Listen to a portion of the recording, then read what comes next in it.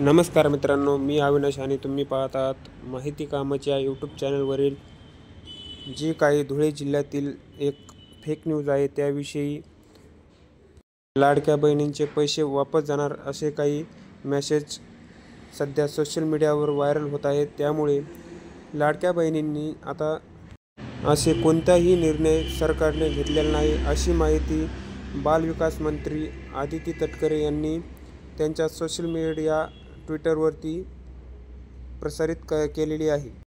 ती माहिती काय आहे ते पाहू। त्यानंतर धुळे जिल्ह्यातील न्यूजविषयी काय माहिती आहे तेही आपण या व्हिडिओच्या शेवटी जाणून घेऊया। तर चला मित्रांनो, व्हिडिओला सुरुवात करूया।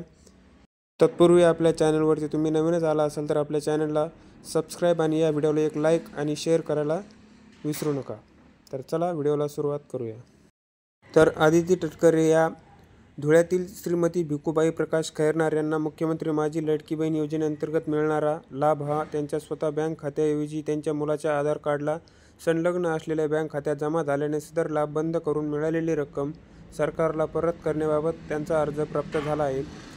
तथापि या घटनेचा संदर्भ देत महाराष्ट्र शासनाच्या वतीने लाभार्थ्याकडून लाभ परत घेतला जात आहे अशा आशयाचे चुकीचे वृत्त प्रसिद्ध केले जात आहे असून अशा चुकीच्या माहितीला आपण बळी पडू नये ही विनंती। अशा प्रकारे कोणतीही सरसकट अर्जाची छाननी सुरू नाही अशी माहिती। महिला सक्षमीकरण अधिक जोमाने काम करण्यास महाराष्ट्र शासन व महिला व बालविकास कटिबद्ध आहे अशी माहिती आदिती तटकरे यांनी त्यांच्या सोशल मीडिया हँडलवरती पोस्ट केलेली आहे।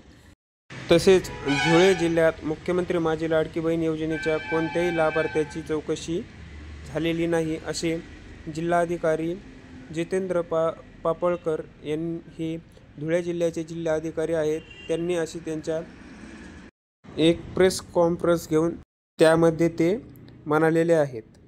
याविषयी सविस्तर पाहायचे झाले तर मुख्यमंत्री माझी लाडकी बहीण योजनेच्या कोणत्याही लाभार्थ्याची चौकशी अथवा पडताळणी करण्याचे अद्याप शासनाचे निर्देश नाही। त्यामुळे धुळे जिल्ह्यातील लाडकी बहीण योजनेच्या कोणत्याही लाभार्थ्याशी चौकशी करण्यात आलेली नाही अथवा त्यांच्यावर कारवाई करण्यात आलेली नाही अशी माहिती जिल्हाधिकारी जितेंद्र पापळकर यांनी दिलेली आहे। त्यामुळे शासनाने कोणताही निर्णय न घेतल्यामुळे आता कोणत्याही महिलांचे पैसे हे सरकार वापस घेणार नाही।